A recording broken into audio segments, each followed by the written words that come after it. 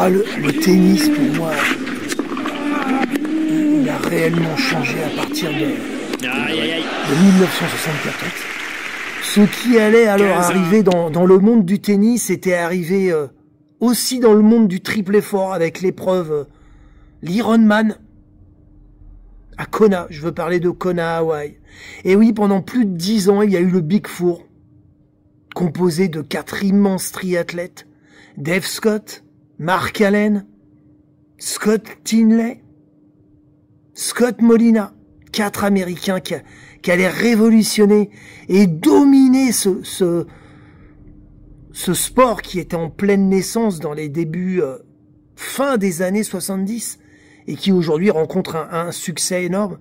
Eh bien, le tennis, ça a été pareil.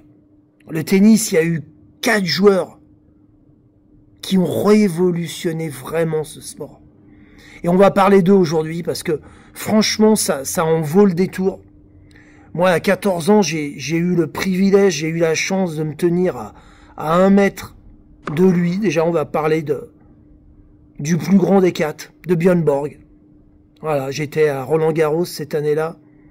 J'avais été invité par la Ligue à pouvoir aller passer une journée gratuitement à Roland-Garros.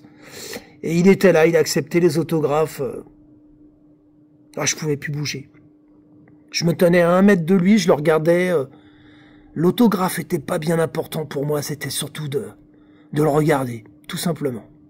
À partir de 74, grâce à ces 4 joueurs, le tennis d'un seul coup allait changer de figure.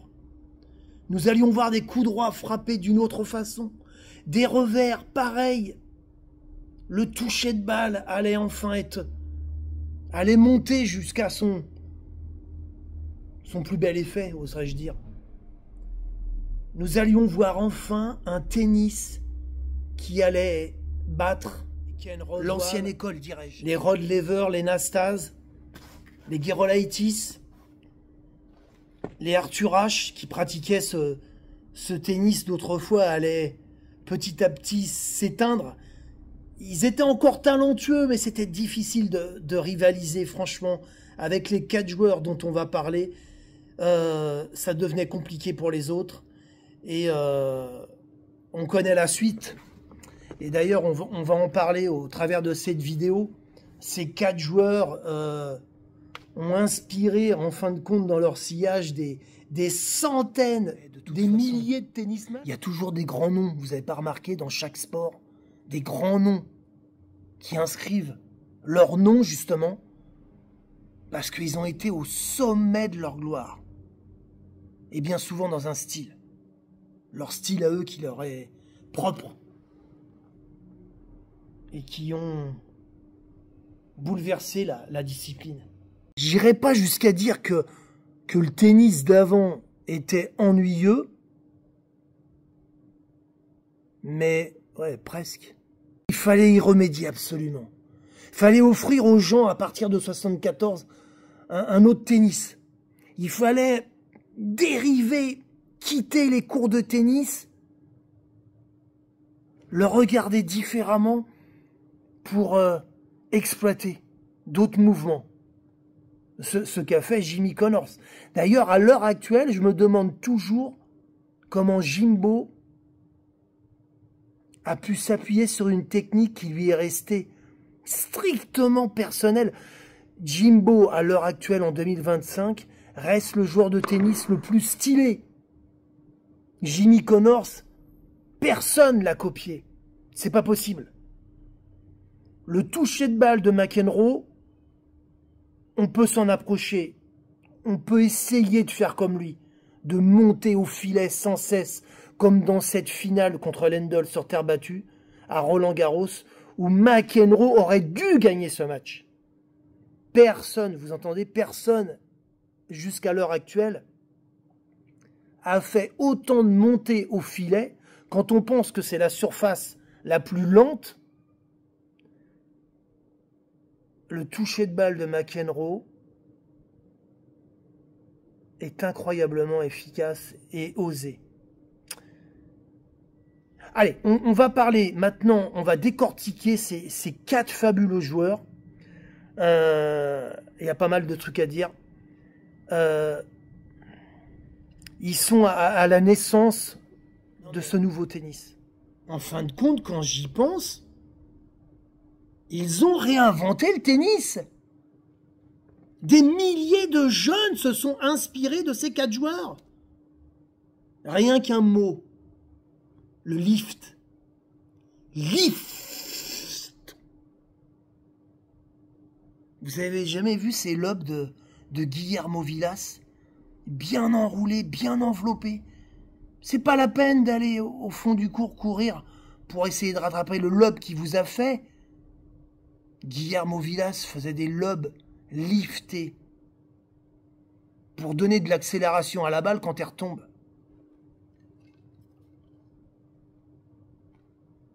Ils sont incroyables. 15-30. En 1974, allait réaliser le Grand Chelem. Eh bien non! Borg allait lui voler Roland Garros, lui empêchant justement de réaliser ce Grand Chelem. Et ceci dit, c'était le début d'une grande série pour ces 4 joueurs. Donc petit à petit, on allait quitter un style de tennis, un style de jeu très calculé, très propre, où le balancement des épaules, des pieds, du placement, tout était respecté, aussi bien dans le domaine de fond de court qu'au filet. Au filet, mais vous vous rendez compte, ne pas avoir de poids dans le corps, ne pas aller vers l'avant pour poser un coup droit ou une volée de revers efficace. Oh là là, je pense à McEnroe, cet oiseau rare. Il est incroyable, ce type. Ça reste le plus beau toucher de balle que j'ai pu voir. Ce jeune homme de 17 ans, Björn Borg, se hisse à la finale de Wimbledon contre Nastase. On sent qu'il y a un basculement. Idem pour Jimmy Connors. On sent que un nouveau jeu, une nouvelle ère du tennis arrive et qu'elle est là, elle est très très proche. La vitesse de balle va changer, les angles vont changer, les services vont changer, la préparation physique aussi va suivre. Et bon, on connaît la suite. Si on parle de Jimmy Connors, pour ceux qui l'ont connu à sa plus belle époque, on ne peut pas ne pas parler de la T2000, cette fameuse raquette dont il était le seul à utiliser sur le circuit professionnel. Cette petite raquette au petit ami, vous voyez, celle-ci n'existait pas dans les années 80. Ça, c'est déjà un grand ami, c'est les raquettes d'aujourd'hui. Mais lui, dans les années 70-80, sa raquette T2000, avec lequel il pratiquait un jeu complètement à plat. Jimmy Connors n'est jamais passé pour un grand lifter, bien sûr, c'est tout le contraire. Il faisait corps avec vraiment tous ses mouvements. C'était vraiment un engagement physique à chaque coup, surtout en revers. Mais alors, le plus intéressant chez Jimmy Connors, qui restait quand même un excellent volleyeur, il faisait ses volées aussi à 2 mains. Et alors, si on veut parler d'un geste technique remarquable qui n'a jamais été pratiqué par un autre tennisman, c'est le smash en coup droit au bras roulé. Jimmy refusait bien souvent d'être lobé. Je pense que ça faisait partie d'un trait de son caractère. Il refusait le lob. Il préférait se jeter en arrière, attendre que la balle se trouve dans son cercle de smash. Et pour l'avoir vu X fois, franchement, il y a plein de joueurs qui se sont fait avoir avec ça. Jimbo, là, fait un pied de nez au manuel du tennis. Hein. Aujourd'hui, Jimbo, personne ne l'a copié. Jimmy Connors reste pour moi le joueur le plus stylé dans sa technique. Ok, aujourd'hui, il y a Djokovic, Wawrinka, Nadal. Il y a eu Nadal, là, dernièrement, qui a pris sa retraite. On est sur un tennis qui a énormément évolué avec le matériel, avec la préparation physique. Ce sont d'immenses joueurs, mais avant eux, il y a eu d'autres histoires.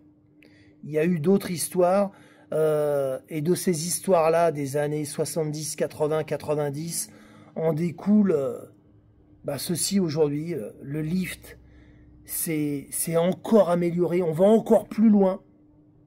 Le toucher de balle reste un domaine à part. Le service a énormément évolué. Les volets aussi. La préparation physique, n'en parlons pas. Et voilà, le tennis. Et heureusement pour nous c'est spectaculaire de voir cette vitesse aujourd'hui, ce placement. C'est beau. Autant Björn Borg, ce Suédois qui a ouvert involontairement la porte de centaines d'écoles du tennis pour, vous avez deviné, son revers à deux mains, Jimmy Connors, quand même, lui, a hissé le revers à deux mains sur la plus haute marche du podium en termes de style et d'efficacité. Il est aussi remarquable, il a été remarquable dans ce domaine-là. Après Björn Borg, on connaît l'histoire. Hein, sur le circuit arriva Mats Wilander, le plus jeune joueur qui allait remporter Roland-Garros avec le revers à deux mains. L'école suédoise c'était logique, allait suivre l'effet Borg avec Edberg. Lui aussi, à son tour, allait arriver et allait gagner. Le revers à deux mains allait faire des ravages.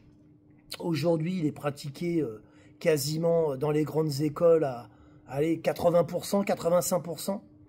C'est le résultat d'une histoire, c'est le résultat d'un champion. 40-0. Et la suite va arriver sur le circuit à la même période, Björn Borg. Alors de Björn Borg, on va retenir une chose, moi qui ai eu la chance d'aller le voir tous les ans entre mes 12 ans et mes 15 ans à Roland-Garros, le type, il ne transpire pas. Il dit pas un mot, même s'il met la balle dans le filet sur un coup très facile à réaliser. Il ne s'énerve jamais. Il a un placement parfait, ce qui lui permet d'être en position idéale pour réaliser tous les passings qu'il veut, autant de fois qu'il veut. Borg est au fond du court. C'est un mur face à l'adversaire. C'est-à-dire que l'adversaire tapera autant de balles qu'il veut, les balles reviendront toujours sur lui. Mais méchant aussi, parce que Borg ne fera pas de cadeau. Borg, c'est l'excellence. Borg, c'est la démonstration du revers à deux mains efficace, faut préciser, efficace sur terre battue et sur herbe. Ce qui explique ses 6 victoires à Roland-Garros et ses 5 victoires à Wimbledon. Borg, c'est la sécurité en fond de cours. Et par contre, je lui donne un bon point parce que plus Borg prenait de l'âge et plus il devenait quand même, on a oublié de le dire, de le préciser, mais ça devenait quand même un bon volleyeur. Pas avec le même style que McEnroe, mais il savait bien finir ses points au filet. Ouais, il faut le dire. Quand on parle de Borg, on parle de Chris Evert Lloyd, bien sûr, parce que avant de voir arriver ces jeux d'attaquants côté femme, aussi bien côté femme que côté homme, alors Borg a connu cette histoire. Il l'a connu, d'ailleurs il nous a offert le plus beau, enfin pour moi ça reste le plus beau match de l'histoire du tennis, même à l'heure actuelle en 2025, je jouais avec des raquettes en bois. Et quand on regarde la finale de McEnroe contre Borg en 1980, c'est aussi l'histoire côté féminin de Navratilova et de Chris Evert Lloyd. Chris Evert et Björn Borg sont de grands joueurs de fond de cours. Petite parenthèse quand même, parce que comme dans tout sport, il y a eu des noms dans le tennis. Ils se sont fait un nom, on a entendu parler d'eux. Alors, il y a eu l'arrivée de Hans Gildemeister. On se souvient de ce joueur chilien sur la terre battue à Roland-Garros qui donnait du fil à retordre à Guillermo Vilas, qui lui était plutôt dans son jardin. Alors, Guillermo Vilas fait partie des 4 joueurs, des 4 tennisman dont on va parler. Guillermo Vilas, pour moi qui suis adepte et passionné de vélo, à l'époque, Guillermo Vilas, c'est Joaquim Agostinho, ce joueur portugais au mollet increvable qui a fait souffrir plus d'un cycliste sur les routes du Tour. Guillermo, c'est avant tout une paire de jambes solides. Lui, il n'y a pas de problème. Il pouvait faire des matchs de 4 heures, 4 heures et demie, 5 heures. Il renvoyait à la même puissance au fond du cours. Ces fameux coups droits et revers liftés à outrance. Guillermo, c'est l'histoire du lift. Guillermo Vilas, on s'attaque déjà à l'époque à un physique, à un type qui va vous user, vous faire transpirer. Guillermo, il est de la même trempe que Borg. Le type, il tremble jamais. Jamais un mot plus haut que l'autre. Une concentration exemplaire. On y est, on est dans l'histoire du lift. Alors, maintenant, on va parler de cet Argentin, Guillermo Vilas, qui, lui, c'est l'histoire du lift. Il en a abusé à outrance. Il s'est hissé, et il a gagné des tournois du Grand Chelem grâce à ce coup droit qui repousse l'adversaire, qui force l'adversaire à changer son tennis. Parce que des balles qui sont très hautes, liftées, ça fatigue. Qu'est-ce qui se passe? Ça fatigue. Et si vous avez l'habitude de jouer en fond de cours, en étant toujours bien placé, enfin du moins vos coups au niveau de la ceinture, là vous oubliez ça. Là c'est fini. Hein. Guillermo, il change votre tennis. Et votre placement, là on va voir ce qu'il vaut. Parce que votre placement avec Guillermo, fallait qu'il change. Et le souffle aussi. Comme Gomez, tiens, que j'avais vu. J'avais été voir Gomez jouer sur le central à Roland-Garros. Gomez sortait des coups droits liftés très courts qui envoyaient son adversaire carrément dans les tribunes. Tout ça, c'était la suite logique de Vilas, avec une autre vision du jeu, un autre placement, une autre vitesse, un autre matériel. Tout ce qu'on avait vu faire des ravages avant commençait à s'affiner. Et c'est là que le tennis va renaître. Et c'est là qu'il devient intéressant. Ce qui est quand même incroyable, c'est que Guillermo Vilas, comme Jimbo, comme Jimmy Connors, va posséder un coup unique, jamais réalisé par un autre joueur. Alors, Guillermo sur un lob, c'est marrant, on va encore reparler de lob. Tout à l'heure, c'était les lobs sur Jimbo, ce qu'il en faisait en termes de côté droit, côté coup droit.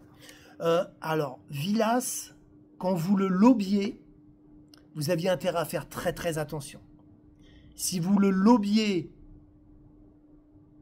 sur son côté revers, il était le seul joueur à taper un smash de revers plus fort qu'un smash de coup droit.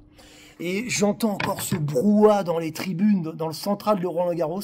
Moi, j'avais été le voir et je peux vous dire que là, vous en avez pour votre argent. La balle va s'écraser, va s'éclater au sol, mais d'une puissance. Il avait son bras gauche faisait 2 fois son bras droit.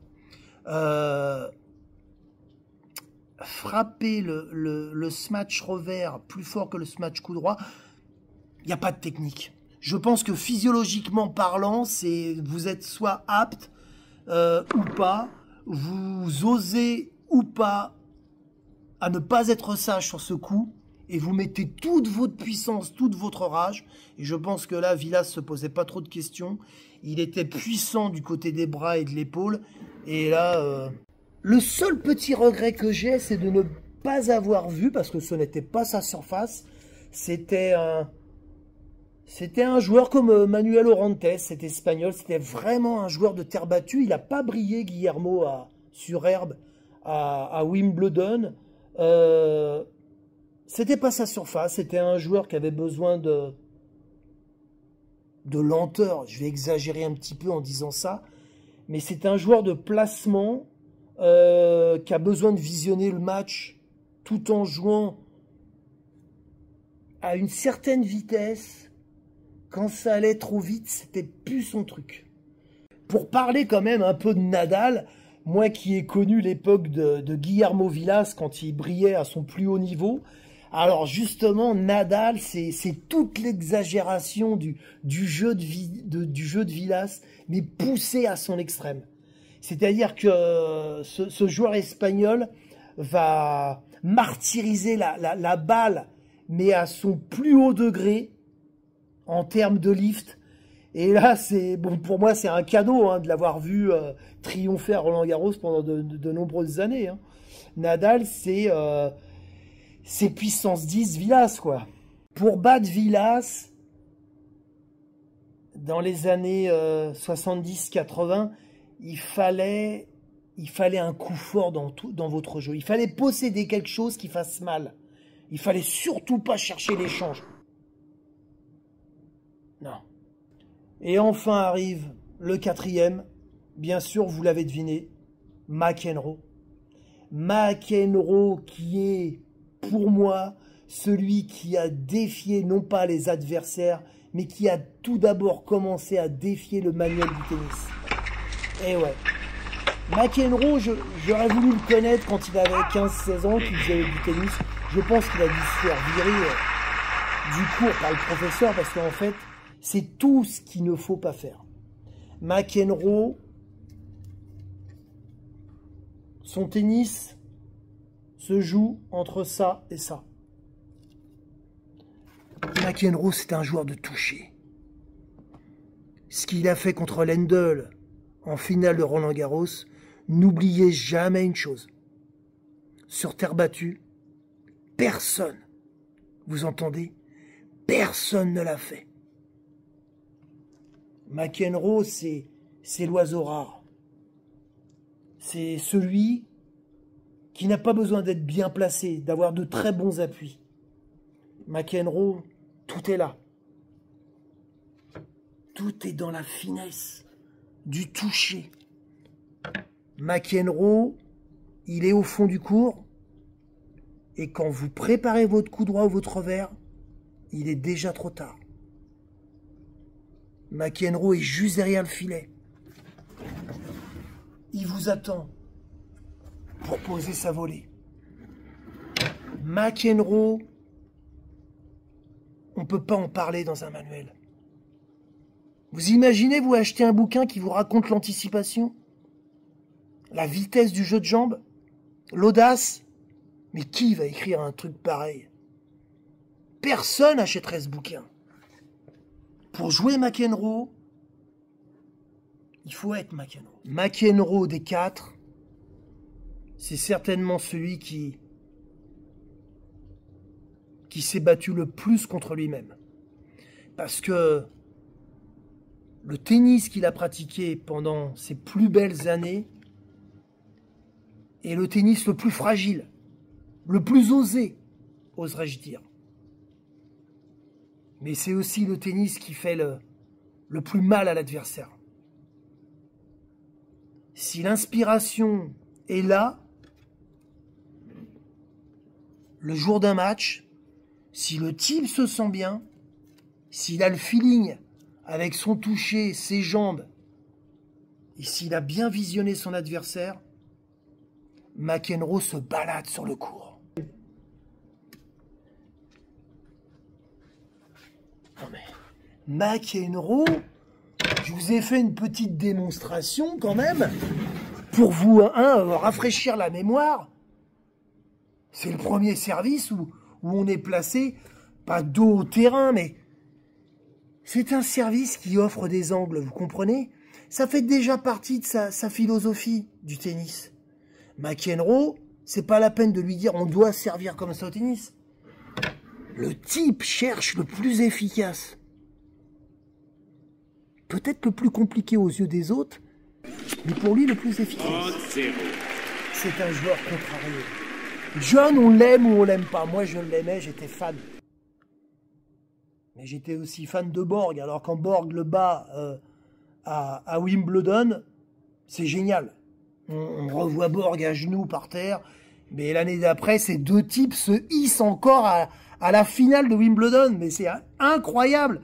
C'était les deux meilleurs du circuit à ce moment-là. Et là, McEnroe a gagné. Et là, je dirais que McEnroe était vraiment méritant. Il était méritant. Il avait encore fortifié son jeu de fond de cours. Mais il avait toujours ce côté filet. Il montait à outrance au filet. Quelqu'un qui vous propose un jeu comme ça, c'est superbe. Et c'est encore plus beau quand il gagne. Ouais, j'aime pas les gens qui disaient à l'époque « Ouais, McEnroe, c'est une tête de... » Non, les gens n'y connaissaient rien au tennis. McEnroe a besoin de tous les paramètres. La concentration de McEnroe, c'est quelque chose d'exceptionnel. McEnroe jouait toutes les balles. Et parfois, dans la position la plus difficile, il déposait la balle juste derrière. Et vous n'avez pas remarqué quelque chose dans les matchs de McEnroe? Il rend la balle morte. On a l'impression qu'il la dépose et que la balle, c'est une fin de vie pour elle. Elle ne va pas trop rebondir. De l'autre côté, le type, même s'il court le plus vite possible, la balle est morte. Et le point est pour John. McEnroe monte dans la zone où on est transpercé par l'adversaire. Ça reste quand même la zone la plus dangereuse. Et pourtant, c'est là que lui se sent bien. John, s'il n'était pas habillé de cette nonchalance, du moins de ce qu'il en dégage sur un court, il n'aurait jamais été ce John, qui est fabuleux. John a besoin d'être. Il a besoin d'attaquer continuellement. Il a besoin de sentir en lui que le toucher de balle reste le maître mot de son jeu. Le toucher de balle. Reste le joueur qui a apporté non pas un sens au domaine de la volée, mais un sens à la créativité. Au risque calculé que l'on doit ou que l'on ne doit pas prendre. Enfin, lui, dans son cas, on peut imaginer qu'il faut quand même oser pour réussir. On a eu 4 immenses joueurs qui ont révolutionné le tennis. Pour ma part, c'était un peu de tristesse, c'est vrai. J'apprécie le tennis aujourd'hui, toujours, mais c'est vrai qu'il y a eu 10-15 ans de tennis où tout le monde jouait un petit peu le même jeu. On était dans un tennis très puissant, de fond de cours. Ces joueurs-là ont disparu. Mais je vais quand même... J'ai envie de faire un petit résumé de ces 4 joueurs fantastiques. Borg, ça a été le placement de ses jambes. Un placement parfait. Jimmy Connors, le guerrier. McEnroe, ça a été le monde du filet. On n'avait jamais vu un joueur qui possède un toucher de balle pareil et qui puisse s'aventurer dans un match, je dis bien dans un match, aussi souvent au filet. Si McEnroe avait une montre GPS à l'époque, forcément, c'est McEnroe qui possède, en termes de kilomètres, la plus grande distance. Et enfin, Guillermo, qui, lui, par son lift, par l'histoire de ce lift, a été un joueur très très solide en fond de cours. Mais le lift, c'est Guillermo. C'est Guillermo qui a donné la naissance à ce coup droit. Exagérément tourné, où la prise marteau a changé un petit peu, forcément. Voilà. Aujourd'hui, on est dans un nouveau tennis, plus rapide, plus costaud en fin de cours. Alors depuis longtemps, on est passé à des matériaux très très intéressants. Et puis, bah voilà, ça m'a fait plaisir de vous raconter un petit peu ce changement du tennis qui a eu lieu dans les années 70, milieu 70. Pour ma part, je pense qu'il a réellement changé sur le papier en 74. Parce que beaucoup de joueurs qui possédaient un tennis tout à fait classique et respectable ne gagnaient plus, tout simplement. J'ai eu beaucoup de chance dans ma jeunesse de les voir en chair et en os.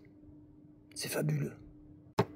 Ah, McEnroe de loin reste quand même des quatre le plus artiste et créatif dans son jeu. Chapeau, les gars.